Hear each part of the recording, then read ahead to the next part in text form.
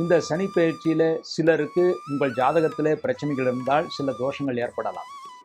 அதற்கு பரிகாரமாக இந்த மிதுன ராசியிலே பிறந்தவர்கள் ஒரு முறை அவசியம் குருவாயூர் சென்று விட்டு வர வேண்டும்.